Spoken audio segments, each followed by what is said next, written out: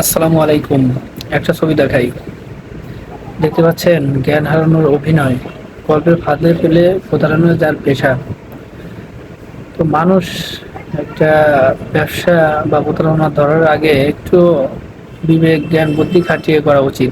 কারণ এ যে ব্যবসাটা শুরু করছে, আল্লাহ না করুক একদিন দেখা যাচ্ছে যে সত্যি সত্যি তার কোনো সমস্যা হলো, তখন সে কি আর কোনো সহযোগিতা পাবে?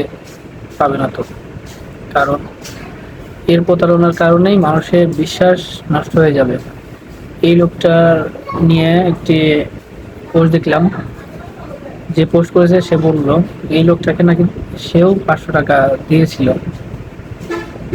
যে সময় সে জ্ঞান হারিয়েছিল, তার আশেপাশে যে যা ছিল, মানে কেউ বিস্কিট, কেউ কেক, কেউ কলা, কেউ টাকা দিয়ে সহযোগিতা করেছে।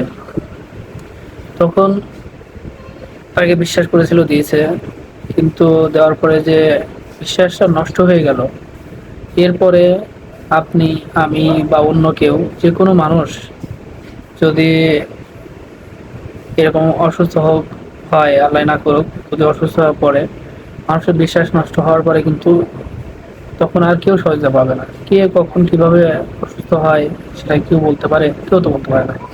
আমিও ঢাকা যাই, আপনিও ঢাকা থাকেন, অথবা গ্রামে কোথাও না কোথাও কিন্তু মানুষ অসুস্থ হতেই পারে, এটা স্বাভাবিক।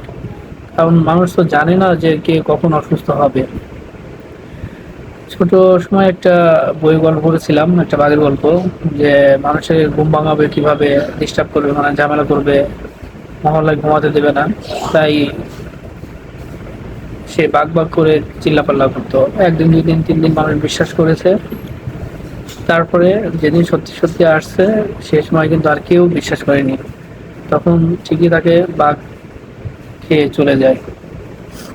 ঠিক এমনই এদের প্রতারণার কারণে আমরা, আপনি, সবাই ক্ষতিগ্রস্ত।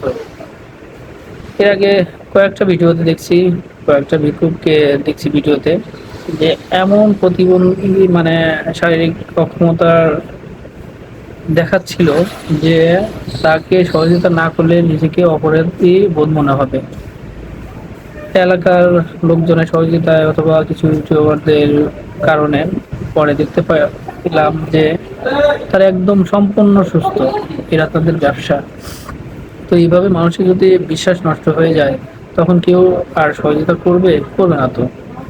আমিও অসুস্থ হতে পারি, আপনিও হতে পারেন, অন্য কেউ হতে পারে। তখন মানুষ মানুষের জন্য এই প্রবাদটা প্রবাদই থেকে যাবে, কিন্তু কাজে আর লাগবে না।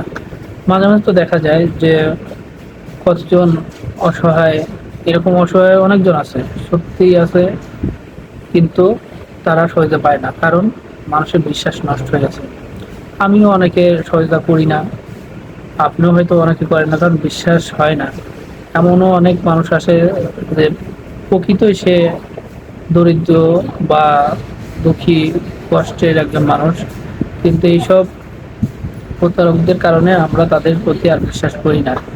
এই জন্য আমি মনে করি এদেরকে কঠোর শাস্তি হওয়া উচিত, যাতে তৃতীয়বার কেউ এইভাবে প্রতারণা করার আগে অবশ্যই ভাবনা চিন্তা করে করে, যাতে মনে করে যে এরকম প্রতারণা করতে গেলে যদি ধরে তাহলে আমার অনেক বড় সাজা হবে, এই জন্য আর এই প্রতারণায় করবে না।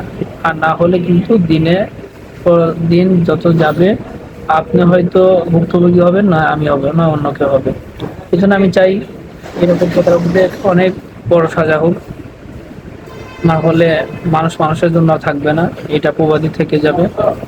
সেজন্য আমি চাই এইরকম প্রতারকদের বড় আকারে সাজা হোক।